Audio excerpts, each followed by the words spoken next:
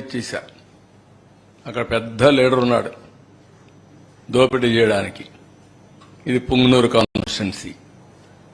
అంటే ఎక్కడికి పోయారో నాకు అర్థం కావడం లేదు. అంటే ఏమైనా జరిగిపోతుందనే ధీమా, ఏమి చేసినా మేము తప్పించుకుంటామని ఒక గర్వం వచ్చి ఇష్టానుసారంగా చేసే పరిస్థితికి వచ్చారు. ఇవన్నీ కూడా ఫేక్ డాక్యుమెంట్స్. వీళ్ళు క్రియేట్ చేసుకున్నటువంటివి 982 ఎకరాలు మొన్నే పట్టా చేసుకునే పరిస్థితికి వచ్చారు. నెక్స్ట్ ఇక్కడికి వచ్చే కొద్దిగా హౌస్ సైట్స్ మీరు ఇక్కడ చూస్తే ఎంత దుర్మార్గం అంటే assigned lands, SC ST BC beneficiaries lands అన్ని ఫోర్సబుల్ గా తీసేసుకున్నారు. 10,000 ఎకరాలు. మాది పేదల ప్రభుత్వం, పెత్తందారులకు పేదలకు పోరాటం జరుగుతుందని చెప్పే పెద్ద మనుషులు పేదవాళ్ల భూములు కొట్టేసి వాళ్ళ పొట్టగొట్టే పరిస్థితికి వచ్చారు. వాళ్ళకి ఏంటి పాపం వాళ్ళు చేసింది? అసైన్మెంట్ ల్యాండ్ నుండి ఫుల్ హక్కు ఉండదు. అలాంటిది చాలా జడ్జిమెంట్స్ కోర్టులో ఇచ్చారు. ఒకసారి అసైన్మెంట్ ల్యాండ్ ఇచ్చిన తర్వాత గవర్నమెంట్ తీసుకోవాలన్నా కాంపన్సేషన్ ఇవ్వాలి, లీగల్ గా ప్రొసీడ్ కావాలి తప్ప హై హ్యాండ్ గా బిహేవ్ చేయకూడదని చాలా స్పష్టంగా చెప్పిన 10,000 ఎకరాలు లాక్కునే పరిస్థితికి వచ్చారు. ఇంకొక పక్కన నేను ముందే చెప్పాను, వైసీపీ లీడర్స్ హౌసింగ్ కాలనీ ఎక్కడ రావాలనో వాళ్ళే డిసైడ్ చేస్తారు. ముందుగా ఒక భూమి కొంటారు, ఆ భూమికి ప్రైస్ డిసైడ్ చేస్తారు. దానికంటే 2.5 times రేట్ ఎక్కువ వస్తుంది. ఈ విధంగా పెద్ద ఎత్తున చేశారు. ఇంకో పక్కన ప్రొహిబిటెడ్ ల్యాండ్స్, ఆవా భూములు, క్యాటిల్ పొరంబోకులు ఎప్పటి నుంచో చిన్నప్పటి నుంచి మేము చూసేవాళ్ళం. ఊర్లలో పశువుల్ని తీసుకుపోవాలంటే ఎక్కడా జాగ లేకపోతే అక్కడ గవర్నమెంట్ ల్యాండ్ క్యాటిల్ పొరంబోకు ఉంటుంది, అక్కడ పెట్టుకునేవాళ్ళంతా ఊరంతా అన్నమాట. ఒకప్పుడు ఊర్లలో సంతల మారిగా అనమాట ఇవన్నీ. అలాంటివన్నీ కూడా ఇచ్చేసే పరిస్థితికి వచ్చారు. Unsuitable land assign, low lying land, lands very far away from village, శ్మశానాలు లేకుంటే పొలాలకు పోయే భూములు, ఇవన్నీ కూడా ఇచ్చే పరిస్థితికి వచ్చారు.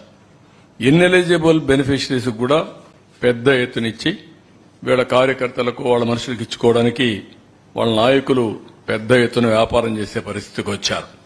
నెక్స్ట్ ఇది ఆవా భూమి. ఎవడికైనా తెలుస్తుంది ఆవా భూమిలో ఎవడైనా ఇండ్లు కట్టగలుగుతాడండి? చెరువుల్లో ఇళ్లు కట్టినట్టు, లేదంటే కుంటల్లో ఇళ్లు కట్టినట్టు. ఆ భూమి కూడా బాగా దిగిపోతా ఉంటారు, 6 నెలలు నీళ్లు ఉంటాయి.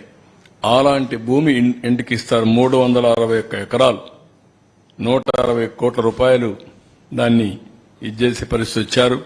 మళ్ళా లెవెలింగ్ డబ్బులు ఇచ్చారు. పెద్ద ఎత్తున ఇవన్నీ కూడా నివాసయోగ్యంగానే భూములు ఇచ్చే పరిస్థితికి వచ్చారు. ఇంకొక పక్కన మీరు చూస్తే ఇక్కడ lands acquired at high rates, 256 ఎకరాలు 185 crores కి గుడివాడలో పెద్ద ఎత్తున ల్యాండ్ అక్వైర్ చేశారు. 73 ఎకరాలు 51 కోట్లకి కేసరపల్లిలో ఇక్కడ చేశారు. దీనికైతే మీరు చూస్తే 5 times ఎక్కువ ఇచ్చారు. మార్కెట్ రేటు కంటే 5 times ఎక్కువ రేట్లు ఇచ్చి అక్వైర్ చేసే పరిస్థితికి వచ్చారు. కడాన మ్యాంగ్రోవ్ ఫారెస్ట్, రాష్ట్రం అంతా సీ కోస్ట్ లో సైక్లోన్ వచ్చినప్పుడు ఫస్ట్ ప్రొటెక్షన్ వాల్ ఉండాలనే ఉద్దేశంతో ఈ మ్యాంగ్రోవ్ ప్రమోట్ చేస్తాం. అది కూడా డ్యామేజ్ చేసే పరిస్థితి వస్తే కడాన కోర్టుకు స్టేజ్ ఇచ్చే పరిస్థితికి వచ్చాం. నెక్స్ట్ ఇక్కడికి వచ్చినప్పుడు వీళ్ళ ఆఫీసులు జీవో నెంబర్ 340 ఉపయోగించుకుని 2 ఎకరాల వరకు ఇచ్చారు. 33 ఏళ్లు లీజ్ ఇచ్చారు. ఇందులో 40.78 ఎకరాలు మొత్తం భూమిని 26 జిల్లాల్లో ఇచ్చారు. నియర్లీ మార్కెట్ వాల్యూ ఇవన్నీ చూస్తే 300 కోట్లు ఉంటుంది. మార్కెట్ వాల్యూ కంటే రిజిస్ట్రేషన్ వాల్యూ అంత ఉంటుంది. ఇంకొక పక్క వీళ్ళు ఏమనుకున్నారు నాకు తెలియదు కానీ పర్మిషన్ లేకుండా బిల్డింగ్లు కట్టడం, బిల్డింగ్లు కట్టి ఇది తప్పు అంటే దాని మీద రౌడీని చూపించడం. ఎక్కడికి పోతున్నారు నాకైతే అర్థం కావడం లేదు. అంటే భయం లేదు. గవర్నమెంట్ అంటే చట్టాన్ని చూస్తే ఏమాత్రం కూడా లెక్కలేనితనం ఇష్టానుసారంగా చేసే పరిస్థితికి వచ్చారు.